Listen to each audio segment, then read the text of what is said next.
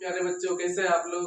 तो आज जो इस क्लास में हम लोग जो शुरू कर रहे हैं वह रहेगा स्नेल्स लॉ। ठीक है, स्नेल्स लॉ पे हम लोग आज बात करेंगे, जो कि पहले आप लोग को हम फिगर से समझाएंगे। ठीक है, उसके बाद हम लोग उसका डेफिनेशन जानेंगे। ठीक है, तो चलिए स्नेल्स लॉ पे बात करेंगे आज। देखिए, स्नेल्स लॉ हम लोग पढ़ने से पहले प्रकाश का अपवर्तन का नियम पढ़े होंगे। ठीक है, तो उसी का कुछ इसमें कंसेप्ट छुपा होता है। ठीक है, तो उसको पढ़े होंगे तो इसको भी समझ में आएगा पूरी तरह से। तो चलिए शुरू करते हैं स्नेल लॉ। देखिए, जब ये सतह हुआ, ये सतह हुआ, सतह हुआ, जब ये माध्यम हो गया सघन माध्यम, ये विरल माध्यम हो गया।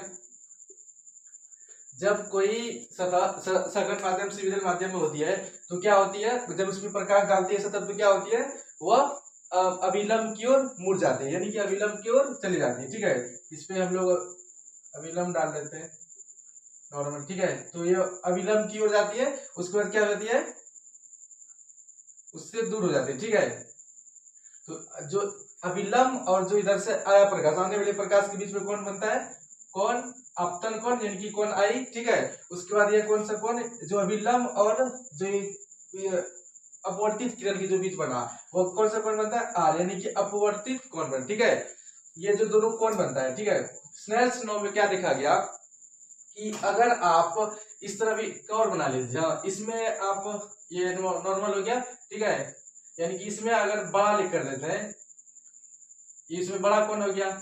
ठीक है, इसमें क्या होगा, छोटा, इसको आई, इसको I1। ठीक है, I1, इसको R।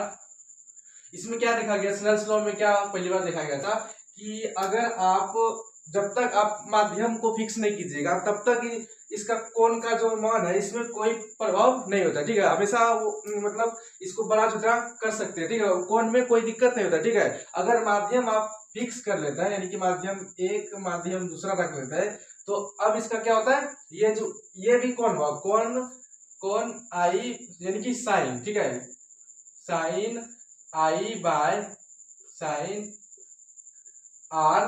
ठीक है, ये भी हो गया, यानी कि कोण में आप बड़ा छोटा कर सकते हैं, कोई दिक्कत नहीं। अगर माध्यम फिक्स है तो यानी कि सब बराबर के एक नियतांक हो जाता है, यही स्नेल्स लॉ में कहा गया था। ठीक है, यानी कि भी कर सकते हैं साइन I1 बटे साइन R1। तो इसी प्रकार और भी कर सकते हैं, बड़ा छोटा कोण कर सकते हैं, कोण में कोई दिक्कत नहीं। ठीक है, अगर माध्यम फिक्स है तब, अगर माध्यम फिक्स नहीं तो दिक्कत हो सकता है। ठीक है, यहाँ हम लोग माध्यम फिक्स किया माध्यम 1 से माध्यम 2 में। ठीक है, तब यही स्नेल्स लॉ में कहा गया था कि अगर माध्यम आप फिक्स रखते हैं तो कोण बड़ा छोटा से कोई दिक्कत नहीं, और यही माध्यम फिक्स करने बाद यही क्या होता है, एक नियतांक के बराबर होता है। ठीक है, साइन आई बटे साइन आर, यानी कि अनुपात के नियतांक के बराबर होता है। ठीक है, यानी इसके बाद क्या हो गया, एक नियतांक हो गया। ठीक है, नियतांक के बराबर बोला था। ठीक है, ये कहा था स्नेल्स के लॉ में। अब इसका हम लोग परिभाषा को जानेंगे।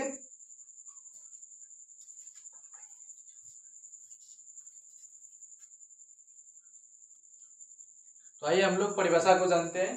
ठीक है, परिभाषा को जानते हैं कि आप देखिए, जो हम समझाए वही परिभाषा में होगा कि आपतन कोण की ज्या, ठीक है, और अपवर्तन कोण की ज्या के अनुपात को एक नियतांक होता है, ये इसे ही स्नेल का नियम कहा जाता है। ठीक है, तो हम लोग समझे। देखिए, अगर माध्यम अगर फिक्स रखिएगा तो क्या होगा, कोण आप चाहे बड़ा या छोटा कर सकते हैं, उससे कोई फर्क नहीं पड़ता है। ये किसका कहना था, स्नेल का।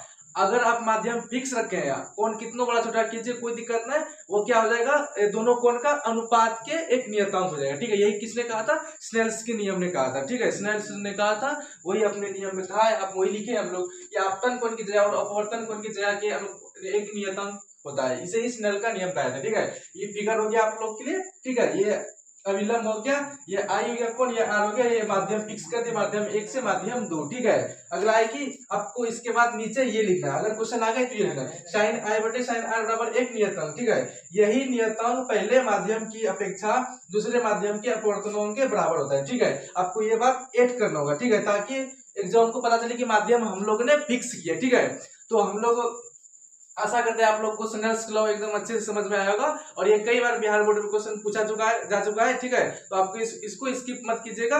तो इसी तरह वीडियो पाने के लिए आप जरूर चैनल को सब्सक्राइब कीजिए और डेली आप रहिए डेली। ठीक है, तो थैंक यू, अगले क्लास में मिलते हैं।